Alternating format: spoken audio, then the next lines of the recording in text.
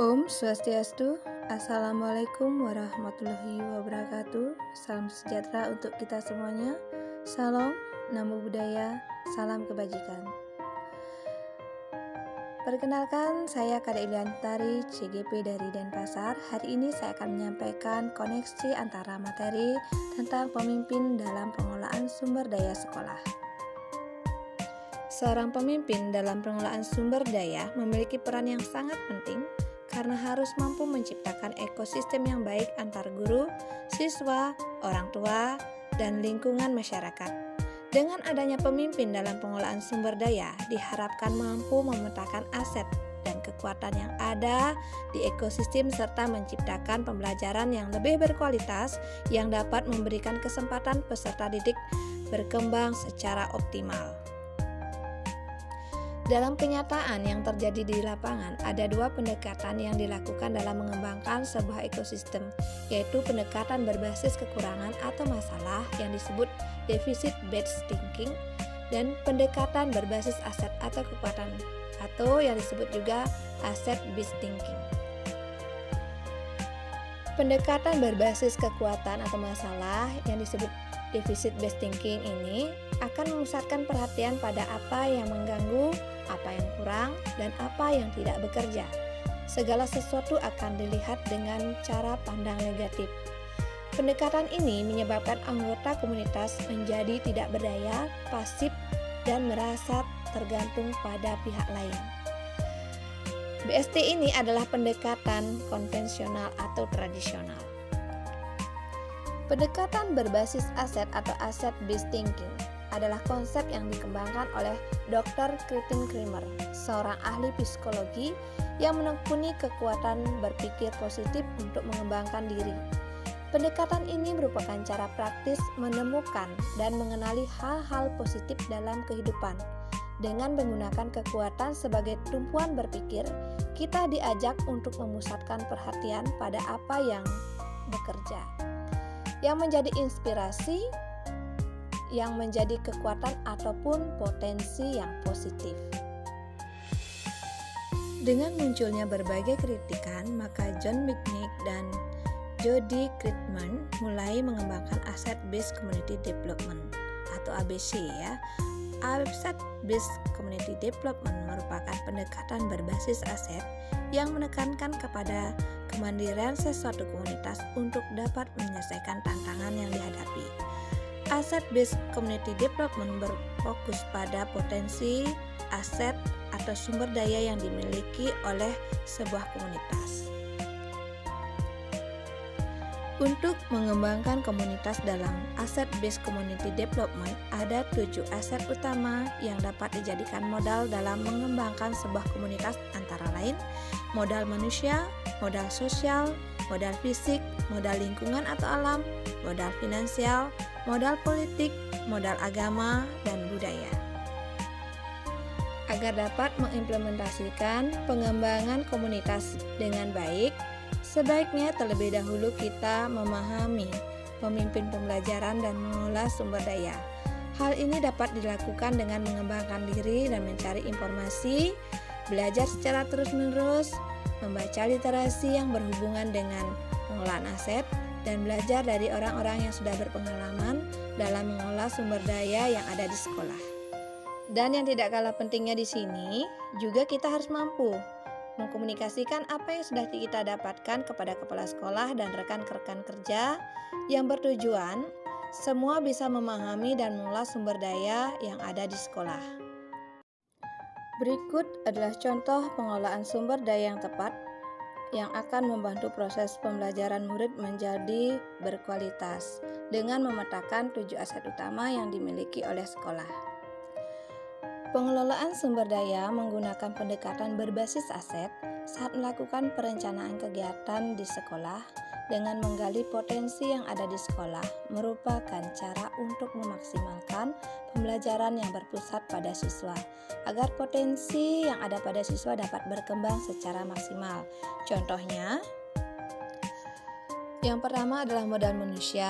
Guru di sini dilatih agar memiliki keterampilan dan memiliki bekal untuk membangun pembelajaran yang lebih baik. Yang kedua adalah modal sosial, dunia usaha untuk memberikan pengalaman real dan life skill pada siswa. Yang ketiga adalah modal fisik, seperti gedung, halaman sekolah, pasar tradisional, sebagai sumber belajar bagi siswa. Modal lingkungan atau alam, seperti lahan pertanian yang ada di sekitar sekolah untuk mengenalkan siswa pada sumber daya alam di lingkungan dan sebagai sumber belajar siswa. Yang kelima adalah modal finansial, di mana di sini sekolah memiliki sebuah kebun jamur yang dapat membantu menyediakan kebutuhan sekolah dan juga mendukung kegiatan belajar siswa. Yang keenam adalah modal politik, kerjasama dengan puskesmas untuk penyuluhan kesehatan siswa. Yang ketujuh adalah modal agama dan budaya. Di sini bisa kita lakukan adalah membuat dan mengarah ogoh-ogoh untuk memperkenalkan budaya yang ada di lingkungan kita.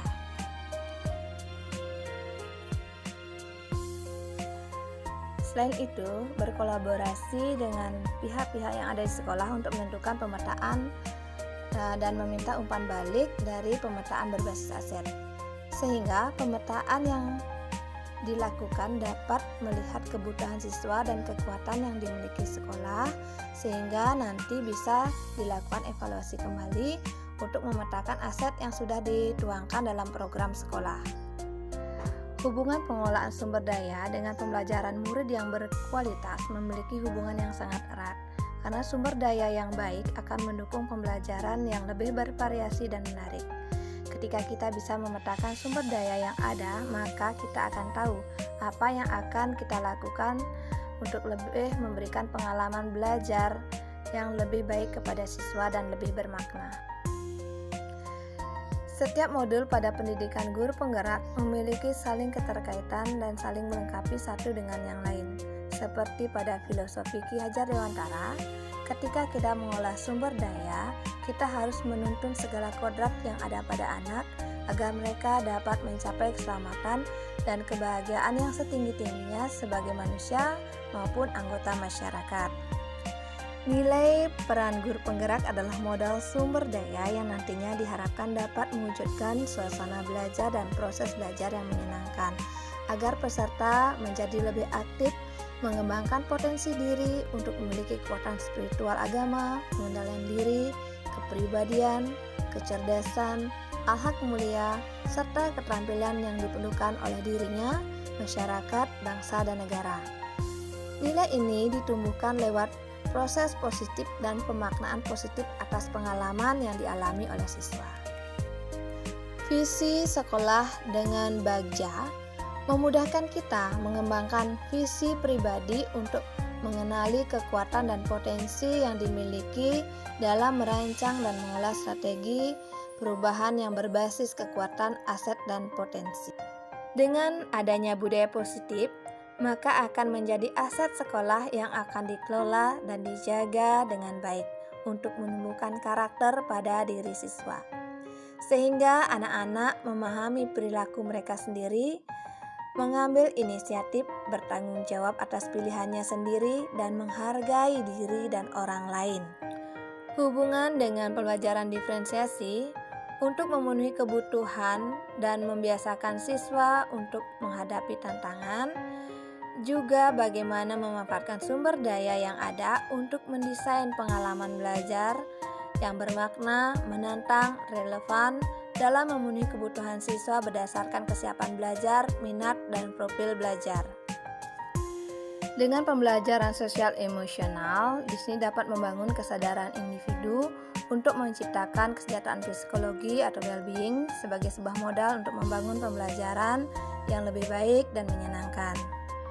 Dengan coaching, setiap individu menyadari potensi yang dimiliki sebagai sebuah modal sumber daya yang dapat dimaksimalkan, sehingga ada sebuah keterbukaan, rasa ingin tahu lebih banyak untuk melihat peluang-peluang baru yang dapat dikembangkan secara maksimal untuk pembelajaran yang lebih baik.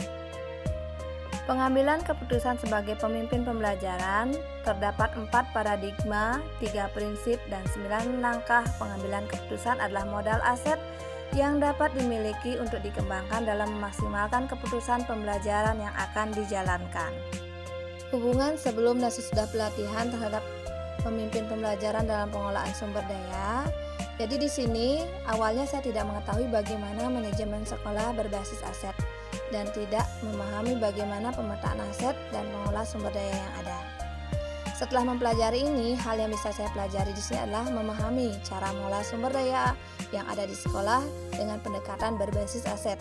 Dapat membedakan pendekatan berbasis aset dan berbasis kekurangan, dan juga dapat mengetahui dan memetakan 7 aset modal utama dalam mengolah sumber daya yang ada di sekolah. Demikianlah pemaparan koneksi antara materi pemimpin pembelajaran dalam mengolah sumber daya sekolah. Semoga bermanfaat untuk teman-teman dan mohon maaf jika ada kata-kata yang tidak berkenan. Sebagai akhir kata, saya ucapkan terima kasih dan para Santi. Om Santi Santi Santi.